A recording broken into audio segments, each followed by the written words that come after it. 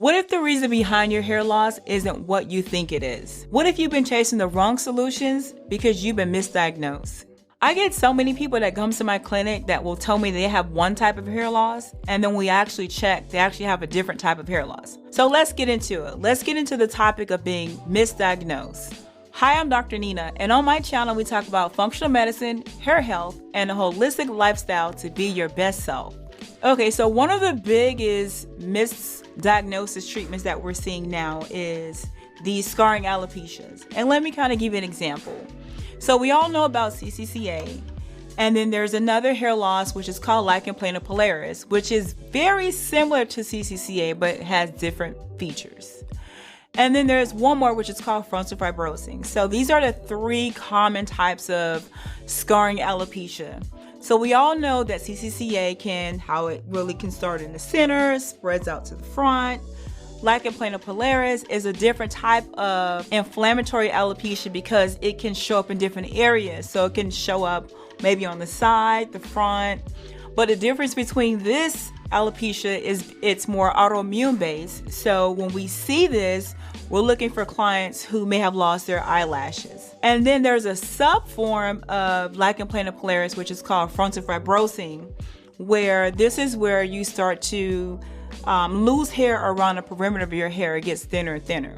Because certain type of scarring alopecias can be very, you can look at it certain times and you can be for certain that this person may have CCCA. But then when a scalp biopsy is done, it's shown that this person has had, let's say, lichen planopilaris. So that means that the treatment course that a client was getting for a certain period of time was not the correct type of treatment, or they really didn't get results because the type of measures that should have been taken in order to correct some imbalances on the inside as far as calm down the inflammation was not done.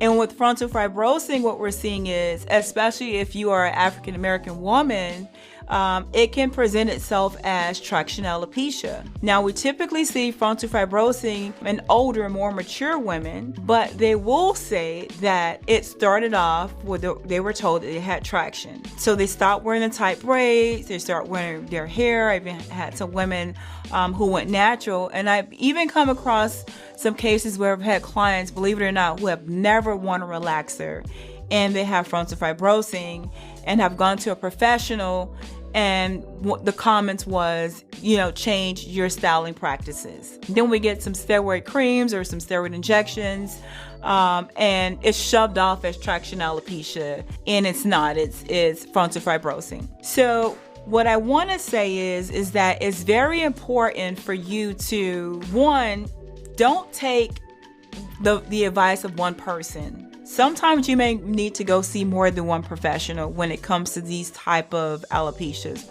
Why? Because they're fairly new. Me being a Black trichologist and a Black functional medicine doctor, I hear a lot of times where a lot of people like to go to people that look like them. I'm big on education.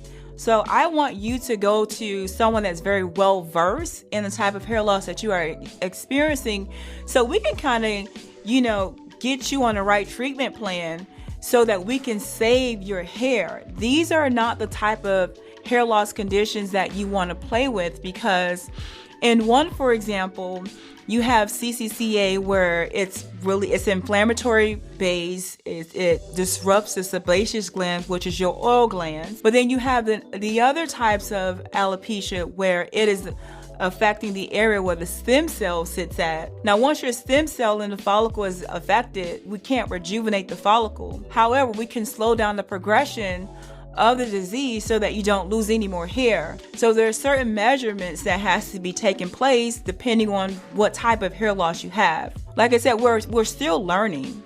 And what's pretty interesting now is that some of the information that has come out about CCCA, as far as chemical relaxers, hairstyles, well, now a lot of Black men is popping up with CCCA. And I don't think a lot of Black men is walking around wearing relaxers or putting chemicals in their hair. So it tells you there needs to be more research and more studies done around this particular type of alopecia. And we really need to take it serious when we see patients of color that have these type of scarring alopecias, because I've even seen CCCA clients that was diagnosed with CCCA, but they didn't have it. They had lichen planopilaris or vice versa. So it's kind of like all over the place. So you want to get a scalp biopsy, or we can take a look at from a dermoscope or a trichoscope, a scalp analysis, and actually take a look, because each different type of hair loss has a very distinctive look if you've been trained to see what type of hair loss the person is experiencing. And there is cases where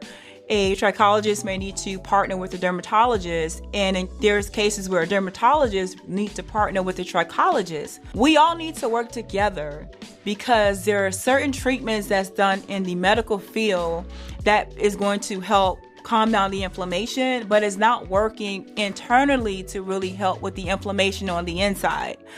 Putting a patient on doxycycline for 4 months, or telling a patient that you need to be on doxycycline for the rest of your life, that's not a good option, because that's going to affect the gut area.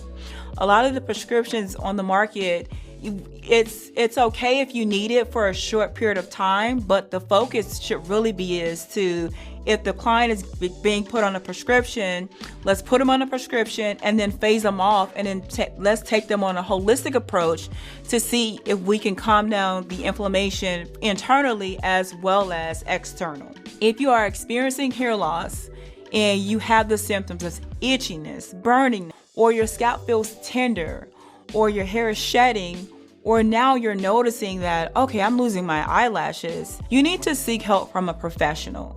And sometimes, you're the closest to your hairstylist, or you're the closest to your barber, and they may think that they know, okay, you may have alopecia areata, or use this hair growth oil. I'm hearing this a lot. So oil is like really trending right now with these type of scarring alopecias. You really don't want to go down that route with putting oils on your scalp, because depending on how progressed the disease is in the follicle, you could really cause more harm than good. If you would like to talk to a professional, you can book an evaluation with me. I will be gladly to sit down and discuss the different type of treatments that we do here, and actually help you to uncover what type of hair loss you are experiencing.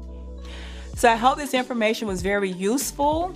And if you like the information, please like and subscribe. And until next time, take care.